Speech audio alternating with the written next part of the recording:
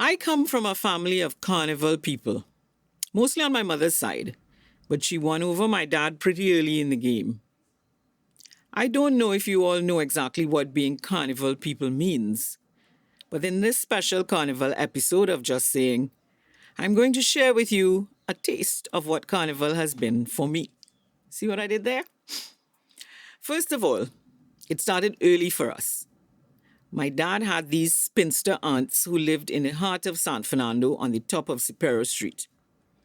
For those of you who know the city, the house was right behind the Panman statue. So as children, we would spend our carnivals there while our parents played mass. Except for that one carnival that I was left at another aunt's house in the country. That was not a good weekend. For starters, she had an outdoor toilet. And I don't mean just next to the house. You had to take a trek through some bush to get to it. Needless to say, I never went. And I was down there for 4 days. If my parents had picked me up one day later, I probably would have developed a medical condition. Anyway, back to Carnival. That house on Superior Street was just a little too close to the action. Masqueraders would come up the stairs and scare the living daylights out of us children. It was at the aunt's house that I developed my fear of devils and wild Indians that continues to this day. I just have to hear the sound of that biscuit tin being beaten and my legs turn to jelly. The aunts had a little shop. I guess now people would call it a mini mart, but in those days it was a parlor. And the children would work in the parlor on Carnival Monday and Tuesday. So this one year, my brother, my cousin and I were behind the counter. And this man in a wild Indian costume came in, complete with axe and war paint. Well, my cousin and I hid behind the fridge, and my brother attended to him. When I thought he was gone, I poked my head out, and he did this wild Indian scream that they used to do. Well, I passed out clean and had to be carried upstairs. Yeah, that house was definitely too close to the action. My parents would enter us in kiddies' carnival. I remember one year we played hippies, complete with bell-bottom trousers and waistcoats with fringe and headbands. I think I had a wig too. Well, while the band was waiting to go on stage, this individual masquerader, in what I now realize was an absolutely beautiful Indian costume, came into the tent. Although it was children's carnival, he must have been at least in his teens, because to me, as a small child, he looked like an adult. He was just standing there in his resplendent costume, minding his own business. But I was terrified. I quietly left the band, and this hippie spent the rest of the afternoon in the stands. As teenagers, we were allowed to go into Port of Spain with my parents. Oh yes, folks, for my mother, Mass meant the capital city. She had no interest in seeing what was happening in South. From Sunday, we would head into town and stay at her brother's place, wherever that was at the time. He moved around a lot. The year my dad injured his back and couldn't go, I remember walking up Coffee Street with my mother on Carnival Monday afternoon. There were people everywhere, but not a band in sight. My mother started to cry. Carnival people, I tell you, you thought I was joking. The reason we got to go into town with them was that the last year they left my best friend and I at the aunts for Carnival, they let us go to a Sunday night party and stay out all night until after Juve. I think we were about 13 or 14 years old. When we returned mid-morning Monday, all the aunts asked was, "Y'all had anything to eat? You're hungry?" When my father found out, he was livid. So Port of Spain for us from then on. Anyway, as teens, my cousins and I were allowed to go out for a Juve jump up with my mom and her sisters. My father would be the only male with us. He would take us into town, find a corner where he could hear the pan, and leave us to it. We would find invaders and follow them downtown. When I look back on it, it was kind of risky because it was only females. Mind you, my mother and her sisters were fierce. Any man who thought he could take a wine on one of us teens would feel their wrath. I don't know how that would work nowadays, but at the time, the hardest part of the thing was finding a band that was heading west at the end of Juve so we wouldn't have to walk all the way back to my father without music.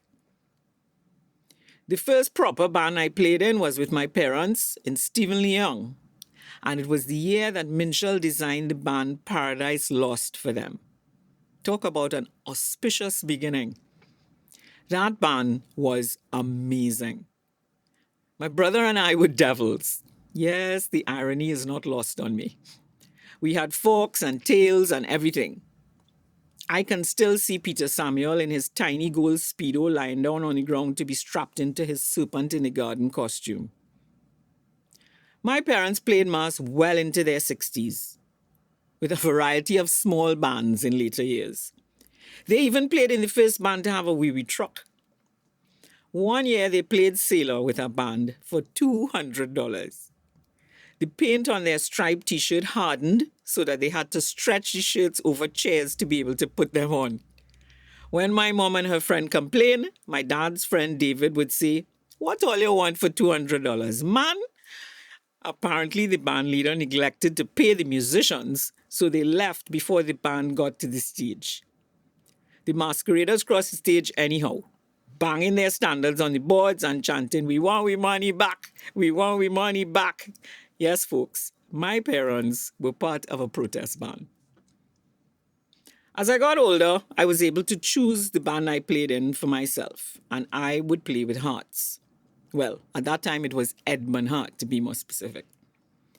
Playing in that band was fun. They never really got into section at the competition points, no matter how hard the organizers tried.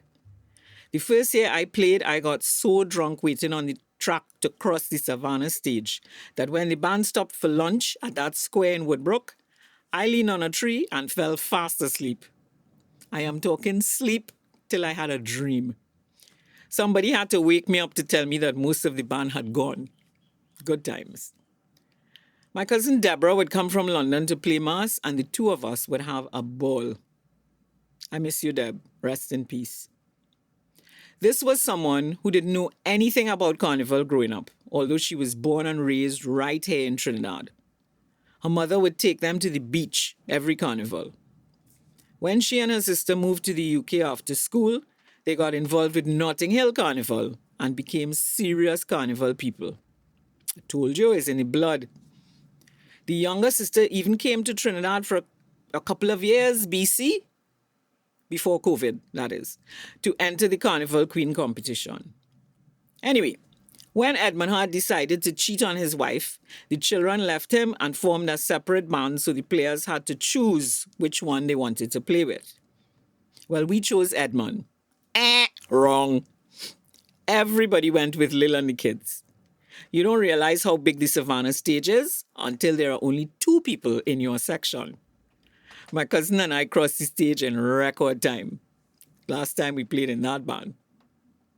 Coming to think of it, that cousin and I had many carnival-related misadventures. We used to play Juve Mass with a bougie little band for a couple of years. First with my mom and her sister, and then on our own. My son even played his first Juve in that band as a teen. Came straight from Boy Scout Sunday night fete with Chinese laundry. To say he didn't make it is to greatly understate what took place. I vowed never to play with him again in life. But back to the story. This bougie little Juve band decided that their meeting place on Juve morning would be Roxy Roundabout, and that the DJ would start playing music long before the time to leave. Well, by the time the masqueraders reached the meeting point, there were hundreds of people already having a time to our music, and they had no intention of leaving the band. So off we went, with the players in front of the music truck huddled together, while a scene from Dante's Inferno was played out at the back. I have never seen so much wildness in my life. You ever played mass in an all-inclusive band and had nothing to eat or drink? We were too afraid to go behind the truck to get it. If you were a single female, you were fair game. And sometimes you didn't have to be single. Well, my darling cousin decided that her cell phone was in danger And seeing as she would need that to call our ride to come and get us at the end of the bacchanal, she had to safeguard it. So she left me and went and sat in the truck next to the driver. So here I was, all by myself, in a Juve van, in the dark, surrounded by a large group of what my mother used to call Sarah's children. Yes, my mother was nothing if not politically incorrect. While my cousin smiled and waved at me from the truck, I spent the rest of the morning until the sun came up right in front of the truck, surrounded by security, who were really there to ensure that no one got run over in the madness, but who graciously allowed me inside their cordon. So naturally, that was the last time with that band as well. Actually, I'm not sure they ever came out after that. Traumatized. There's something magical about Juve though. The darkness, the chill in the air, the mud, the paint, the powder. That is, of course, unless I hear a biscuit tin, then it's all over. Last year, when there was no carnival, except for the diehards who put on bits of costume, drove to the savannah, and danced to music from their cars. Was I there? Yes, I was. I wrote this short bit about what it's like to play mass.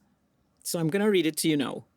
When you leave the chaos of the mass camp, drive home and open the box, bag, or envelope and remove the floor-length hand-painted skirt from Brian, or the multicolored patchwork cape from Peter, or the heavily beaded confection from somebody laughingly called a designer that you don't think can quite cover your assets, something happens.